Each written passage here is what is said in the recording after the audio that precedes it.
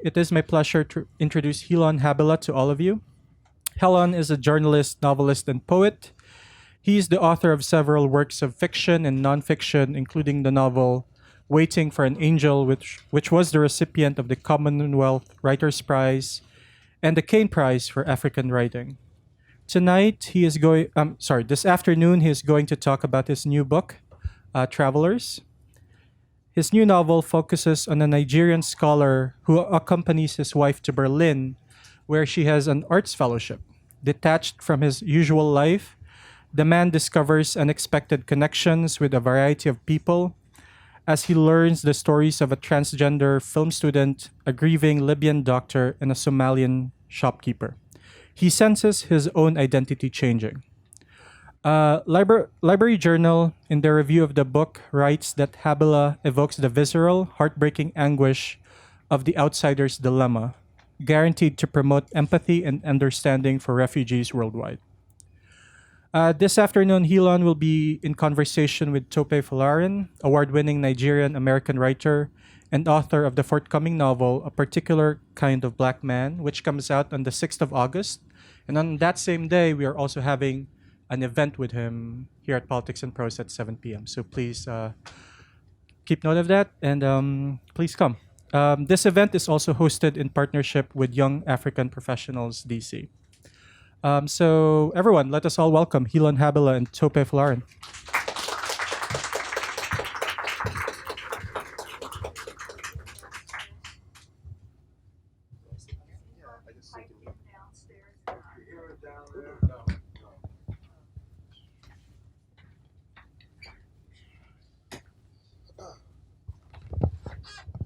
So wonderful to be here with all of you today. And I'm here with somebody who is a kind of mentor to me. I'm not sure if you remember this, but I used to walk around with stories like they were mixtapes, like I was a rapper trying to make it. And one time I ran into Helon, and I had a story on me, and I said, "Hey, Helon, you have to read this." And he was a little skeptical at first. I hope I can say that. And I was pretty assertive, and I said, "Helon, you have to read this." And he took the story, I'll never forget, with you on the metro.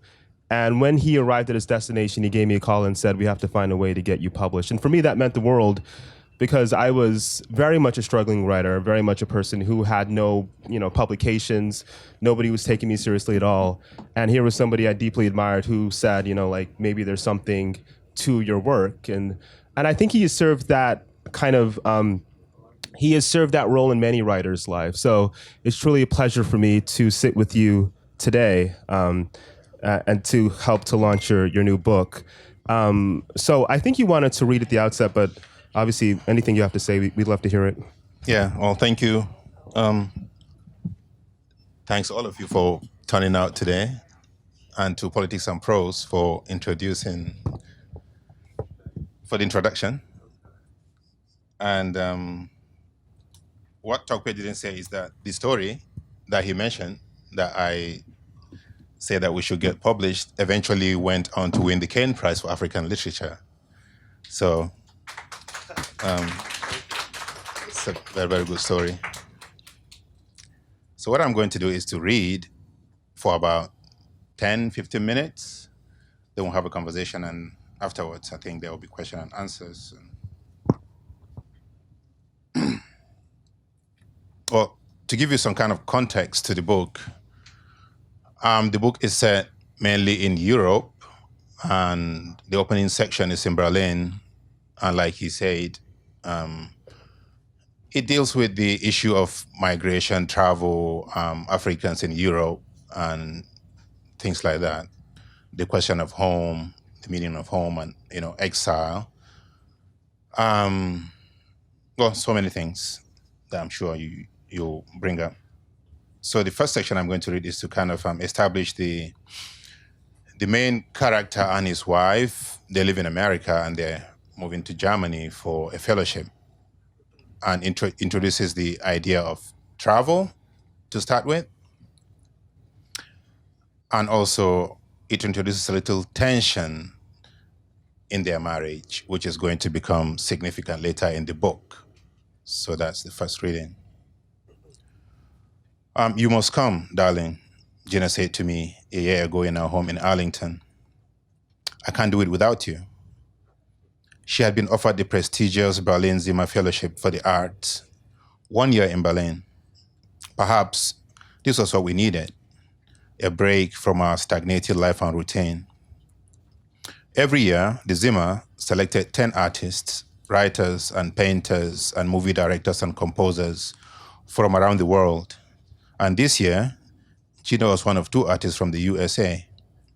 She was an assistant professor at a local university, while I was teaching ESL to Korean immigrants in a back room in the local library. I was also a TA in my school. It paid for my tuition, but teaching was something I did with circumspection. Whenever I stood in front of the expectant young faces, I felt like a fraud. Would they take everything I told them as gospel truth? And what right did I have, what knowledge, what experience, to place myself before them as an authority? I was only 35. Perhaps if I were 50, if I had traveled a little more, lived a little more. It is only a job, darling, Gina, always pragmatic, told me. You are being over-conscientious. Or maybe it was my fear of commitment. Gina mentioned this, referring not just to my uncompleted PhD dissertation, but also to the fact that we had promised to get married after graduating. She had graduated. I hadn't. We had lived together for 3 years in her tiny student apartment overlooking a parking lot. But no, I told her, it was only my immigrant's temperament, hoping for home and permanence in this new world. At the same time, fearful of long-term entanglements and always hatching an exit plan. But we did get married. And it was a good marriage. Stable, we had our routines, like most married couple. We woke up together, we went to work. In the evenings, we sat on a narrow balcony overlooking the parking lot, sharing a bottle of wine. Sometimes we went to the movies or to dinner. And perhaps that was why I hesitated to say yes to Berlin. What if we went and things changed between us? What if Berlin transformed us beyond where we wanted to go? It was obvious to me that was part of the reason she applied for the Zimmer. Apart from its prestige and its importance to her career, was because of my dissertation, which was on 19th century African history, on the 1884 Berlin Conference specifically. And what better way to encourage me to resume my research than by spending a year in Berlin? Still, I hesitated because I knew every departure is a death, every return, a rebirth. Most changes happen unplanned, and they always leave a scar. 2 months after our marriage, Gina got pregnant. We hadn't planned on that, and we certainly hadn't foreseen losing the pregnancy after just 7 months. Devastating for both of us, but something shifted in Gina. She stopped going out. She cried all day. She stopped eating. There wasn't much I could do. I sat by her side, held her hand.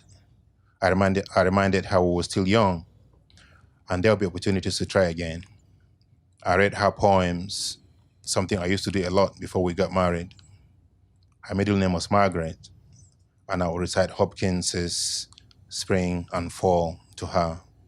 Margaret, are you grieving over Golden Grove on leaving? It always cheered her up, and she would smile and shake her head, but not this time.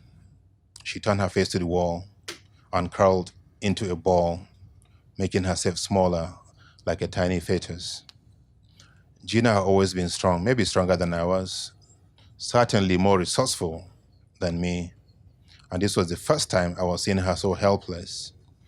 How suddenly and unexpectedly everything had changed.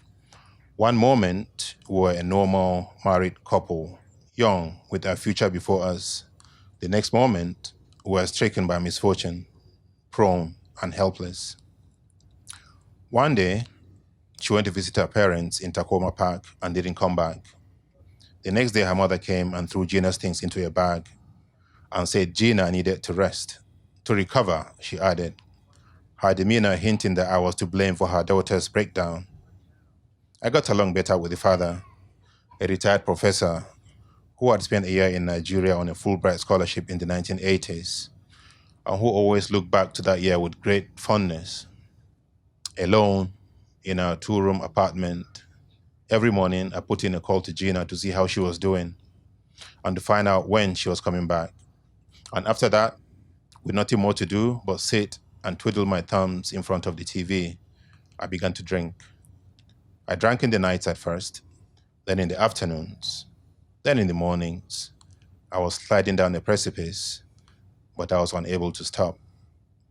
Gina stayed at her parents for 6 months, and it was while she was there that she applied for the Zimmer. Exactly 6 months to the day she left, she walked into our tiny apartment, her eyes shining with hope and excitement as she showed me the Zimmer Fellowship email. That night, she didn't go back to her parents. We lay in one another's arms all night long. Berlin. Maybe this was what we needed, a break from our breaking apart life. So that is the first section that I'm reading. I'm also going to read from somewhere, middle of the book. The book is about home. I mean, most books about travel and exile have a lot to do with home. That's one of the major themes in the book. So I want to read this section. This is a description of a place where most migrants are kept while they are waiting for their asylum application to go through. So this is somewhere in Berlin. The main character has gone there to look for a friend.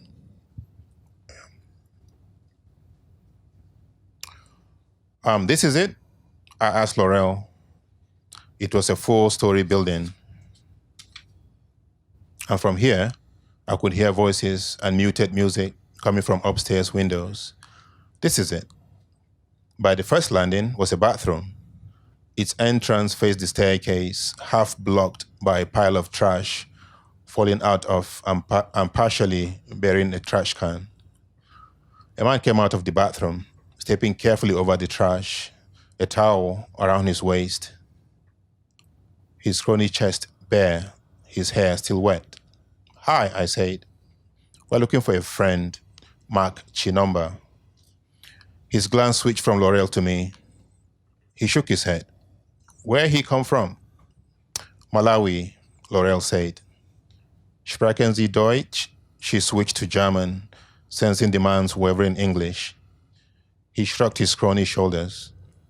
"Check upstairs." Stuck to the walls by the stairs were handbills screaming slogans. "No to borders, no to illegal detention, asylum is a right." They ran all the way along the staircase, some announcing events in English and French, but mostly in German. Drama group meetings, church group meetings, social worker schedules. We met no one on the second floor landing, so we turned right into a double doorway that led into a long and dark corridor littered with old bicycles and broken tables and chairs and more trash. A row of doors faced us, most of them half open, showing bunk beds with tattered mattresses on them, in which men slept with their legs hanging over the sides. I knocked on one of the doors and entered. A man stood in front of a small stove with a pot on it. In his hand was a half chicken. In the other hand, a knife. The sight of Laurel behind me seemed to startle him. Obviously, women didn't frequent this part of the Heim. He put down the chicken on the table next to a pile of freshly cut peppers and onions and, wiping his hands on his pants, turned fully to us. No, he had never heard of Mark Chinomba. From Malawi? No, he cannot be here. This room is Senegal. Another man sat on his bed, watching a TV screen on the table next to the bed. It was an old TV, with the convex protrusion behind it. He didn't look up as we conversed with the man with the chicken. He continued to stare fixedly at the screen whose light illuminated his face, his expression swiftly changing with the images. There were shoes and more mattresses on the floor, cluttering the passage between the beds. A rancid smell hung over the room, rising from the cooking and the shoes and the unwashed bodies. "Where are the Nigerians?" I asked, curious. He pointed up, shaking his head. You can't find Nigeria now. If you want Nigeria, you come back in night time. Most of them sleep now. I stopped at the foot of the stairs. I felt tired, depleted. I said to Laurel, I think I've seen enough. She looked at me. Don't you want to find Mark? On the next floor, the door opened into a room much larger than the last one. A small hall with all the mattresses on the floor. Most of them appeared to be Asian, most likely Syrians, or Pakistanis, or Bangladesh, or Afghans, with a few black men, all with the same furtive, calculating look, all quick to shake their heads when we asked of matching number. A few lay on their mattresses, fiddling with their cell phones. Some sat around a table in the center of the room, playing a card game, their voices raised in dispute. As we passed in front of more open doorways and stepped over more piles of trash, almost fainting from the stink, nodding at the men congregated in groups on the balcony or standing idly by the windows, I seemed to be passing through some region of Dante's Inferno. None of them had heard of Mark. The topmost floor was the women's floor, and from the stairs, we could hear a voice trying to calm down a screaming child. Its shrill, piercing cries brought me to a stop. Do you think he would be there with the women? She shook her head. No, never. We left. I'll stop here.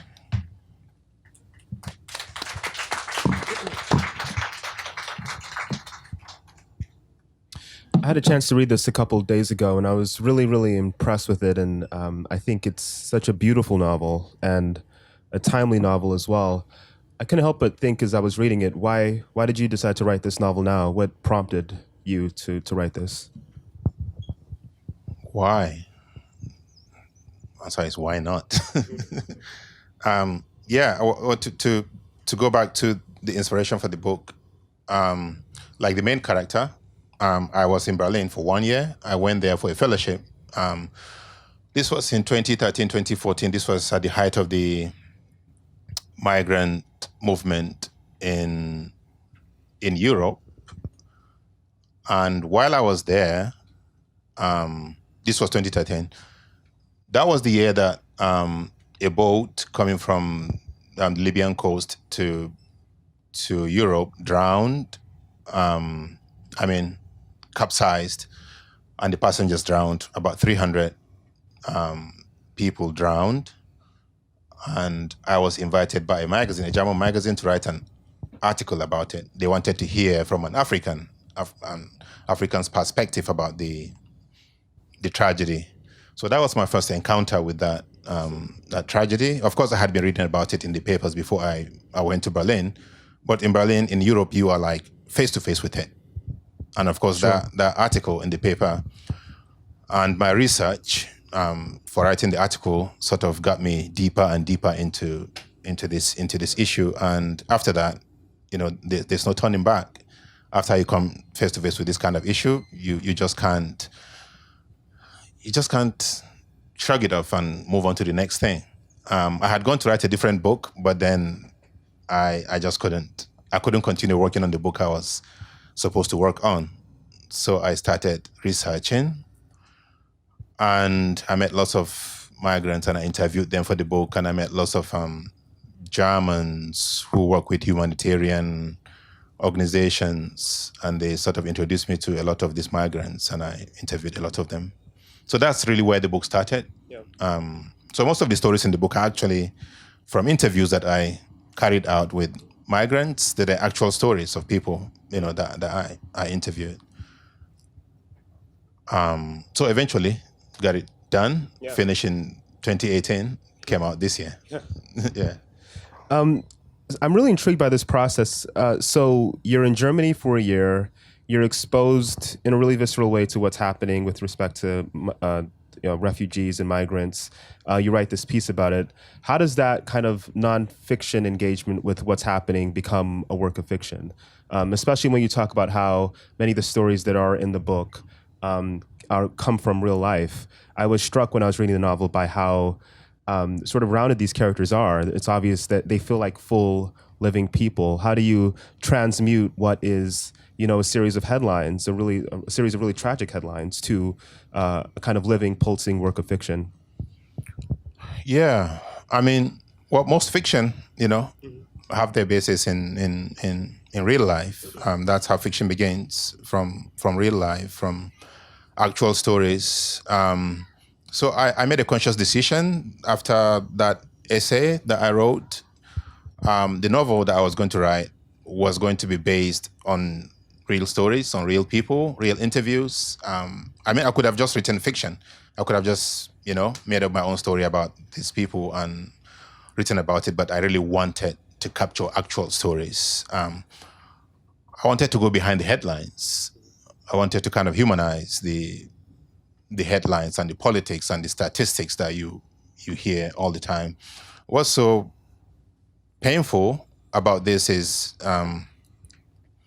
it's people just kind of move on to the next thing, move on to the next thing, onto the next thing, onto the next thing, and you just forget that this is actually happening. It's continuing to happen, and it will continue to happen. People are drowning.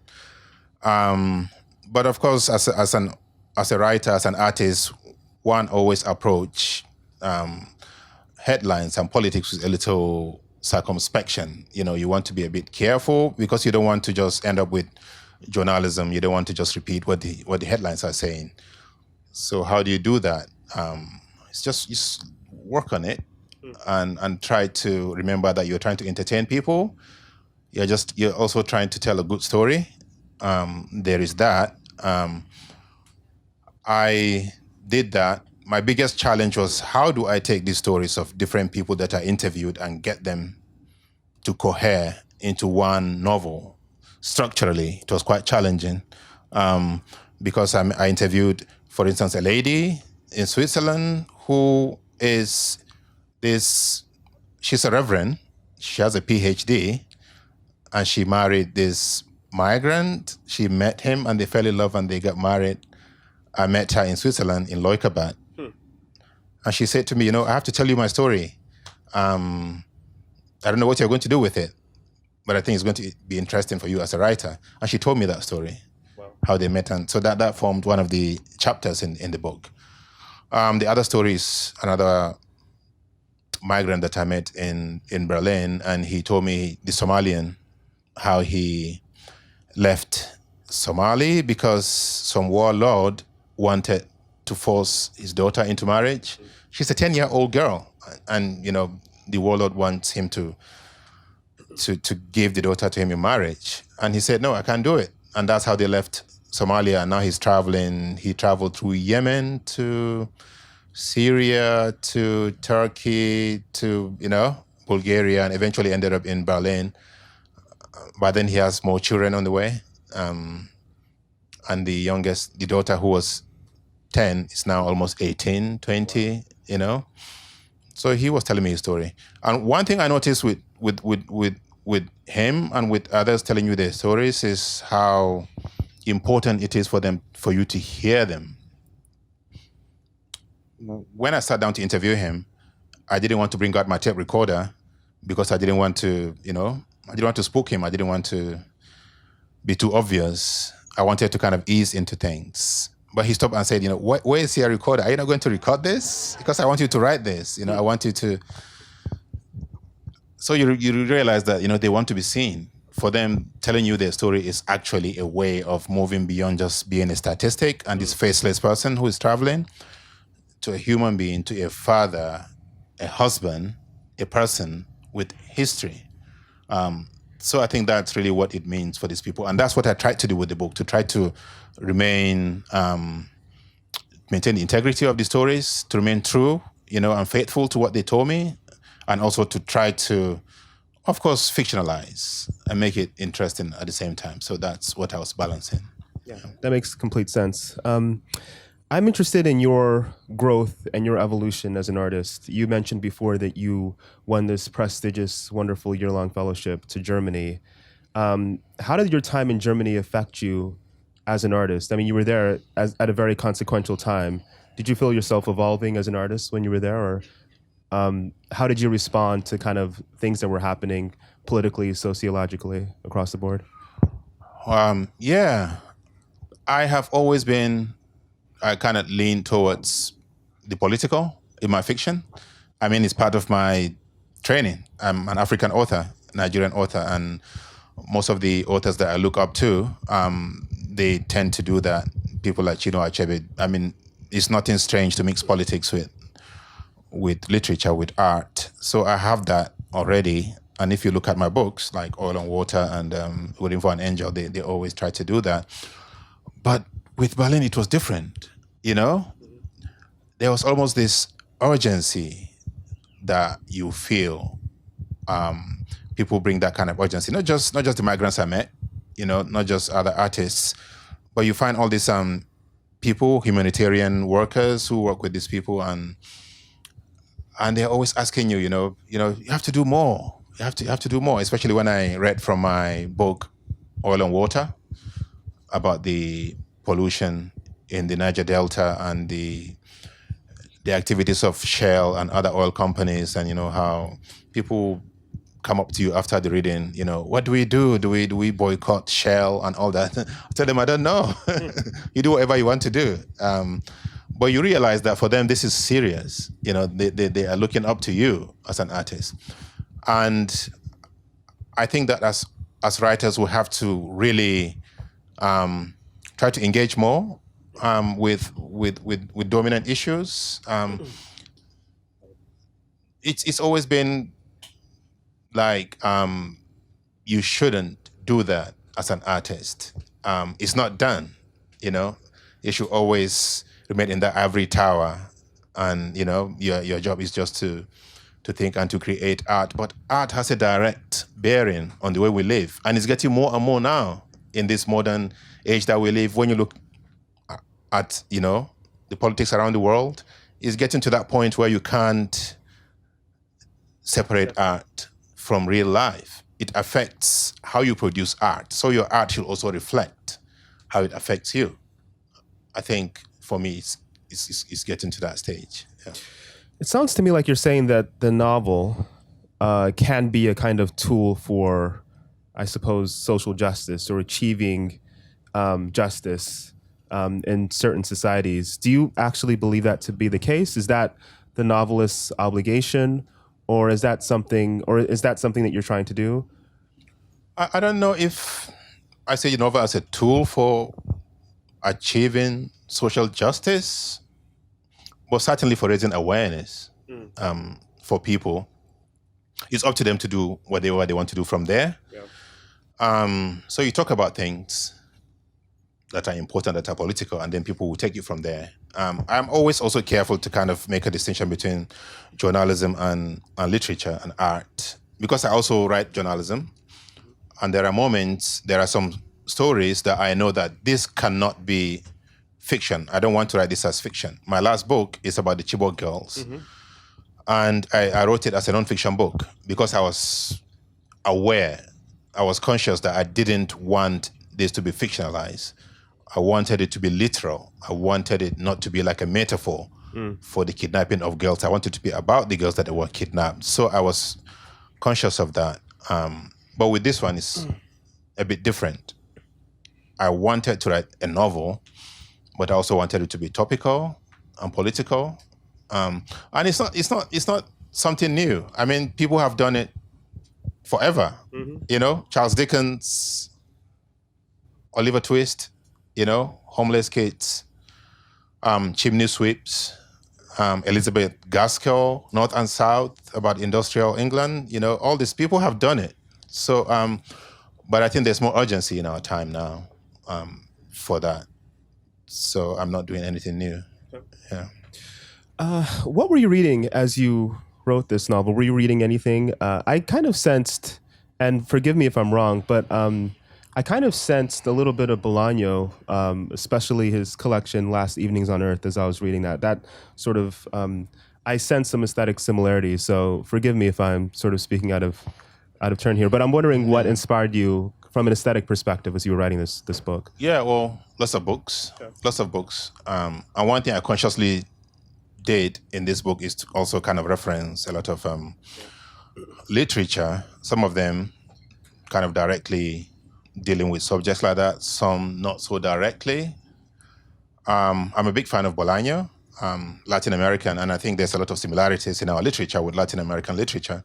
Historically, they've gone through colonialism. You can almost call them post-colonial. So there's all these things. He was also living in a country that wasn't his own. He was living in Barcelona when he was writing, and he died. So issues of exile and the idea of home and all that always recur in his books. One of my favorite of his books is one of the earlier books. It's a novella. It's called By Night in Chile. I think it's really, really beautiful. Everybody should read that book. And of course, A Distant Star. That one also very, very beautiful. But other books that I reference here, some of them are just poems, line of poetry. One of them is Dover Beach by Matthew Arnold. And I mentioned one of the characters actually talking about Dover Beach because his father had been educated in England, and he knows a lot of British literature, and he was quoting Dover Beach. And why I did that is because Matthew Arnold, when he wrote Dover Beach, he's talking about standing on the beach of Dover and looking at France, as you can see across the water, looking at Calais. But now Calais has been turned into what is known as the jungle. This is where a lot of migrants stop on their way to England. England is like the holy land that they want to get to. This is the ultimate destination. So this character is standing in Calais and looking at Dover Beach. So he's standing opposite from where Matthew Arnold stood. And he's looking at it, and all his hope, all his aspiration, all his ambition is just to get across that water, to get there. Other references would be, I mentioned T.S. Eliot, talking about that line from Dante. I didn't know that death had undone so many. And this is when the main character is going by boat across the Mediterranean from Italy to the African coast. And while they are traveling, he has this almost kind of dream. He's seeing all the dead bodies in the Mediterranean, and he's saying to himself, I didn't know that death had undone so many. Just not kind of quoting Dante there. And lots of them. Yeah. I'd like to pivot a little bit to ask you maybe a more big picture question. You won the Caine Prize back in 2001, I believe. And when you won the Caine Prize, there wasn't a lot of contemporary African fiction that was being published at that point. There were obviously some names and some books that were being published, but you really kind of emerged at the dawn of this kind of new era of what one could possibly call like the proliferation of African fiction. Fast forward to today, 2019, every quarter there are, many books by self-identified African writers or people who could be associated with that continent. I'm wondering how you feel about this kind of, again, this resurgence of African writing and your contribution to this new era. Well, it's a beautiful thing. It's a beautiful thing. And if you see how far we've come from, my book was published in 2001, Waiting for an Angel. And I remember when I was trying to get published in Nigeria, I couldn't get published because there was no publishing company that was publishing locally. Most of the publishing companies had closed down in the 1980s and 1990s because of so many reasons. Some of them internal, some of them external. And I don't want to go into that. One of them, of course, is the IMF, but I don't want to go into that. Why not? Yeah. I mean, it's not just Nigeria, it's almost all across Africa. They had taken these loans from the IMF with all these stringent conditions. They had to devalue their currency. They couldn't subsidize education or publishing. And because they couldn't do that, most of the publishing companies couldn't import newsprint and also publish and sell their books in local currency. So all these things literally destroyed publishing in Africa. So there I was at that time and place trying to write my first book, trying to publish my first book. and I couldn't. So after writing the book, I had to self-publish. I had to pay a printer to print my first book for me. Luckily for me, I was able to send the book for a competition in England. That was the Caine Prize that you also won, and that helped me. And I was able to win it and to get published by Penguin in England and then Norton in America and so on and so on. So at that time, there weren't that many writers writing. I mean, that was before the internet. We didn't even have email addresses. I mean, I remember getting my first email address. You were excited, I guess. Yeah. I mean, now young writers could actually write to agents and publishers and send them their manuscripts. You couldn't do that at that time. It was just not possible. So now you have writers, not just in Nigeria, but African writers living here and writing here. And for me, we're expanding, the possibilities of African literature. First of all, we're expanding the borders of African literature by literally living outside Africa and writing about other things other than African politics, African issues.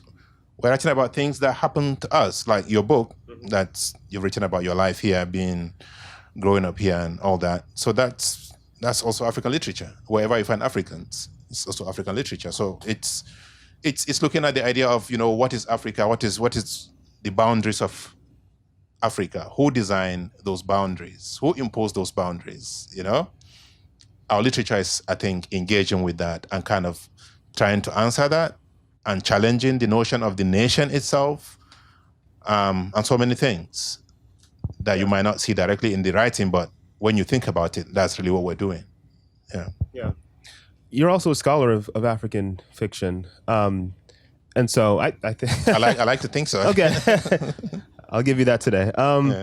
So, are you happy with the state? I mean, are you excited about what's happening, or do you have any critiques or concerns about the kind of literature that's emerging? I mean, so as somebody who, not as a practitioner, but as somebody who can sort of take a step back and evaluate what's happening, how do you feel about, the work that's being produced? I'm happy. I mean, African literature is almost like the literature now, if you look at it. When you look at African writers, when you look at the books that just came out just this year by African writers, there's The Old Drift by Namwali Sapel. It's getting very, very good reviews. Chigozie Obioma came out this year or last year.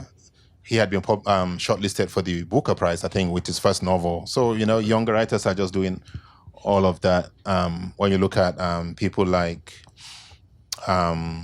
Jennifer Makombi with Kintu, and she's just won the Wynnum Campbell Prize, which is really, really this big prize, international big prize. And African writers are winning all that. So I think we're doing... There's Chinelo Paranta. There's Adichie, who is also like, the writer now people are talking about. So I think I'm happy with that. Yeah. And I think they're also there's this distinction between the first generation of writers and what these younger writers are doing. And I did mention expanding, the boundaries or the meaning of African literature, kind of trying to redefine it. I think what happened with the first generation is that they were sort of hampered by the idea of the nation itself.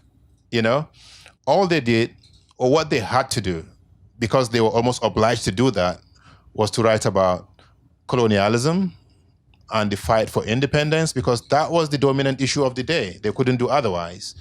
And I think it's Wole Soyinka who said that it's almost as if the African writer has been held captive by the politics of the nation, and he couldn't do anything, or she couldn't write about anything else but that.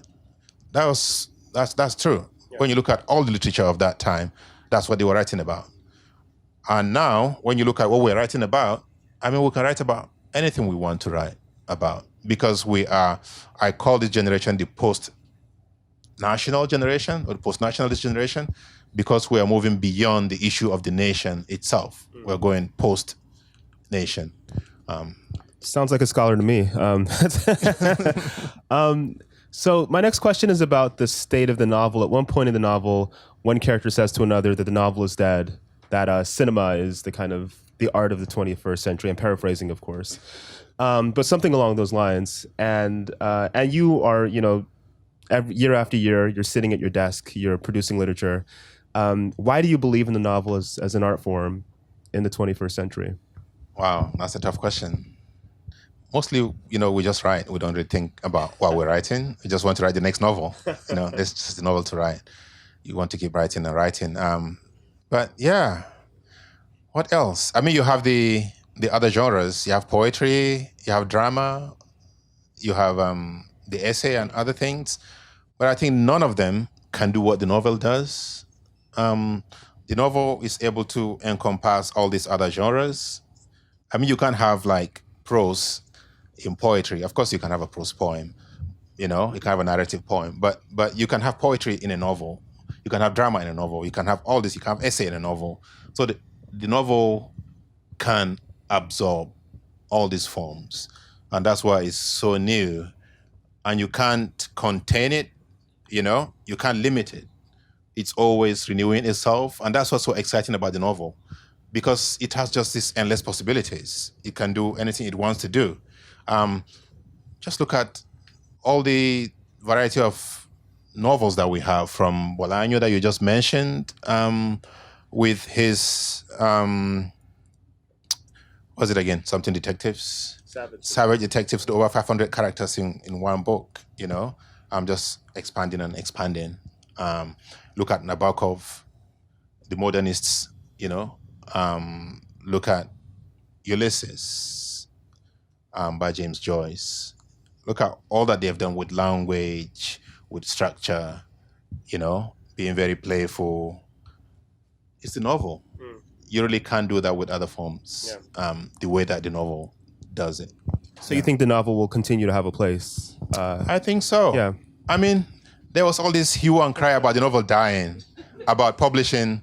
When you look at 10 years ago where we were, there was this huge fear. Publishers are going to close down, bookstores are going to close down, people are going to stop buying actual books and all that. But they're doing very well. Here we are, they're doing very well. I met so many independent booksellers, in promoting this book, and they're all telling me that they're doing very, very well. They're opening second, third bookstores just because people are buying books. So there's something about us, there's something inherent in us that wants stories. This is a long way of saying you're not nervous about Netflix or Nollywood or anything. Nah. And of course, the relationship between the movies and writing novels is, this is where they get their stories from. The writer is always going to be needed because we generate stories, So we are the raw material for the movie makers. This is where they get their raw material from. Sure. Yeah. We have about 10 or 15 minutes left. Maybe it's an appropriate time to pause for any questions. Are there any questions that you guys have? I guess you can approach the microphone.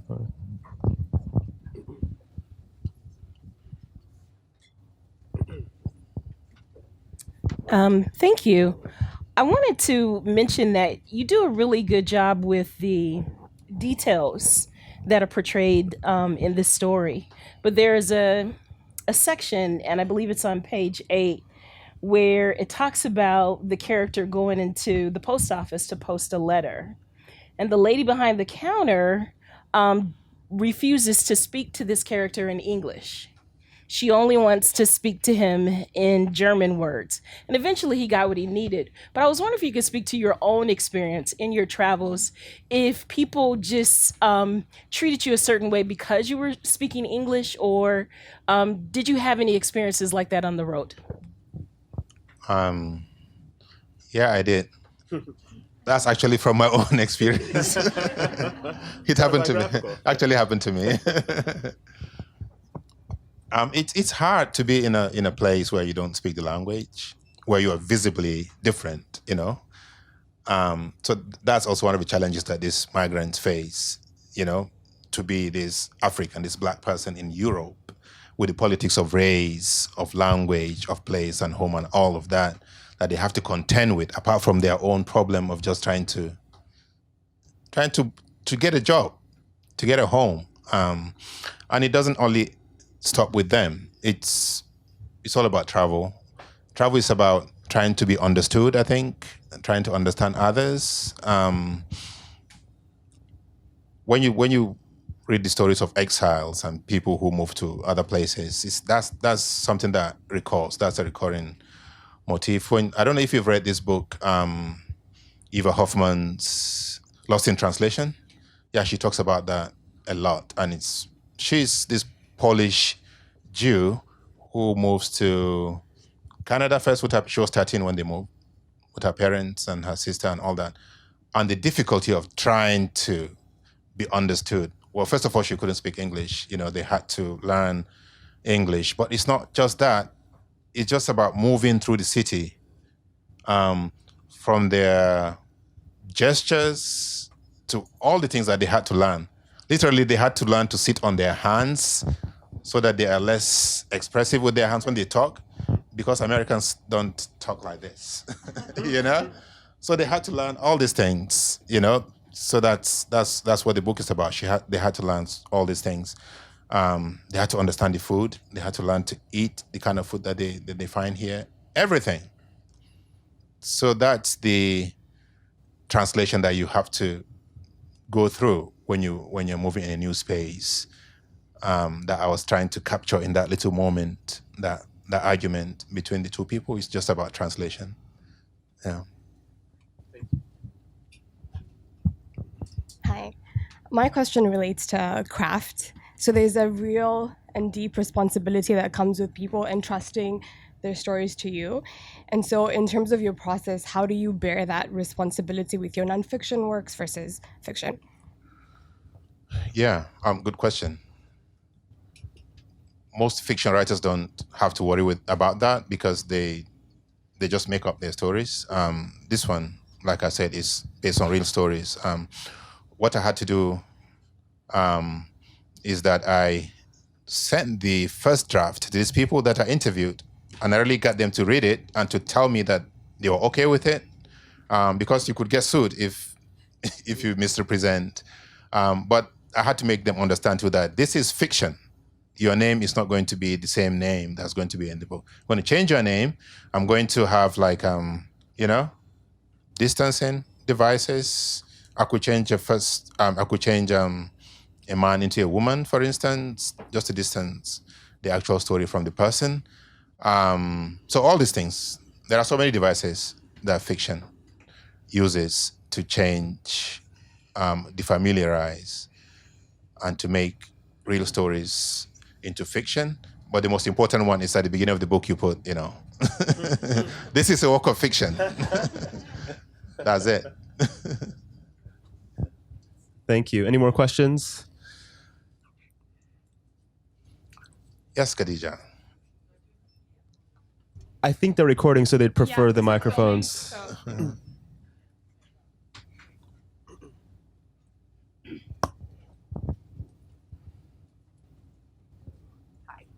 Yeah, I wanted to ask you if maybe you can talk a little bit more about this whole issue of self-publishing and the difference it is in self-publishing in Africa and maybe in other places, because like in the UK and maybe here with the self-publishing, publishers would try and say maybe you're not such a good writer if you have to self-publish, whereas what you had to describe, what you had to go through in Nigeria is for a totally different reason. So maybe you can talk a little bit more about that, if that's okay.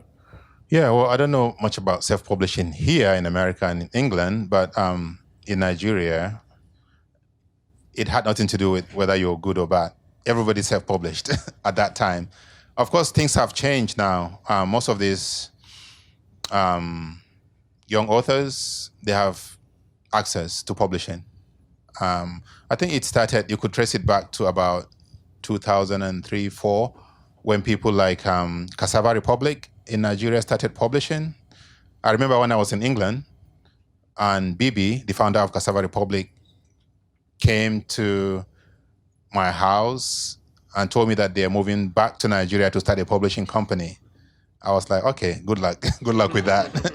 But what I did was to promise her that if she went back to Nigeria and opened this company, I was going to give her the rights to my first novel without charging anything, for free. And I remember that people like Chimamanda Adichie did the same thing with Kachifo, who's a Nigerian publisher. So you had all these publishing companies that started around 2003, 2004. And now they are big. They're really huge. Cassava is not just publishing in Nigeria, it's also publishing in England. They're sending their books to England and to America. So this is a big development from zero publishing in Africa to now having African publishing companies actually sending their books out to America and to England. And it's not just Cassava. Cassava just one. In Nigeria, there are like dozens. Of course, South Africa is a different story. They've always had their publishing companies. But like I said, it's nothing to do with the quality of your writing. It's just the opportunities were just not there for publishing at that time because most publishing companies were not publishing. I remember in Nigeria, we had to publish all of us were poets, not because we wanted to be poets, but it's easier to publish poetry because we were getting published in newspaper pages. That was the only place to get published, just poetry. So everybody was a poet and short story writer. So if you wrote a novel, you just have to keep it in your room and hope that somebody would, give you money so that you'll self-publish. That's how it worked. Yeah. Any more questions? Okay. I have one final question before we conclude this event. As I was reading, I thought, so the protagonist of this novel feels distance from his life in America the longer he spends in Berlin. And that, I think, in many important ways influences the way he sees himself and some of the actions he takes later on in the novel. You've been living in the States for quite some time now. You raising a family here, you have kids here. So I have a two-pronged question. One, I wonder how that affects you in terms of your identity, how you see yourself in relation to Nigeria, in relation to the rest of the world. And then second, I'm wondering how that impacts your art. Well, to start with the art section of it, I remember when I first moved here. Well, first I moved to England. I was in England for 5 years before moving to the US. And the first thing that I noticed is that it was just hard to write. I couldn't focus. It was hard for me to finish my second novel, which I was writing in England. Took me almost 4 or 5 years to finish my second novel. And it got even worse when I moved to America. I couldn't think of a single storyline to work on. I don't know if it's only me, but I think most writers go through that when you leave your home and you are in this strange place. There's something it's almost like a wall that you have to pass through. First of all, the subject matter. For me to write about something, I have to feel it. It has to be visceral. Mm-hmm. It has to matter to me. And in a new place, you really can't really go into issues and things like that. So it took me a while before I could settle down and write my third novel, which is Oil and Water. And actually what happened with Oil and Water is I didn't just write it, I was approached by a film company to write about the Niger Delta. They wanted me to write a film script for them for a movie they were making about the Niger Delta. So I wrote the film script for them, and then I developed that film script into a novel. So it didn't come from internally. It came from somebody giving me, a prompt. Cinema helped you, right? Cinema helped me. Cinema is good. Yeah, and they pay very well. So yeah, what's the other question again? About your identity, how that's changed over the course of your travels, if it has changed. Yeah, you can't help but change. The place you are in changes you. Everything changes you. America changes you, especially America, because America is American culture is so dominant. It's so it from the way you speak, you have to speak in a certain way to be understood. Yeah. So there's all that. In little ways, you have to become American. they say America never meets you halfway. You have to go all the way to meet America. That's how it works, you know? And that's what it means to be in a new place. Yeah. I shudder to ask this question, but I can't help myself. And if somebody asked me this question, I'd be upset, but I'll ask it anyway. Is there something you're thinking about working on next? Are you working on something, or are you just sort of in the glow of having just published? I'm working on something. Okay. Which I cannot tell you about. Okay. I don't want to Fair jinx it. Well, I thoroughly enjoyed this conversation. It's been a pleasure talking with you, and I'd like to thank everyone for coming out. This is a wonderful book. I know you will all appreciate it, so definitely buy it up and get it signed. Thank you.